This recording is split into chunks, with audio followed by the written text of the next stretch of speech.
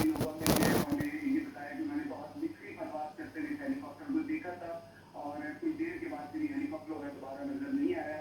और इस वाक़े को रिपोर्ट करते हैं कि किसी पन्नू के का जो मज़ार है, यहाँ की बेबिंदा में एक बहुत मशहूर जगह है ये, तो उस जगह पर इसको आखिरी दफ़ा देखा गया था। ठीक है, तारिक हमारे साथ ही मौजूद रहिए। हम बात करेंगे सलीम साफ़ी सीनियर साहब की हमारे साथ मौजूद है। सलीम साहब, अफसोसनाक खबर आ रही है और खबर ये है कि एक आर्मी एविएशन का हेली लापता हो गया है। उसका रास्ता एयर ट्रैफिक कंट्रोल से मुनक़ता हुआ आपसे कुछ घंटों कम और फौरी तौर पर एक सर्च ऑपरेशन इस हवाले से शुरू किया गया है।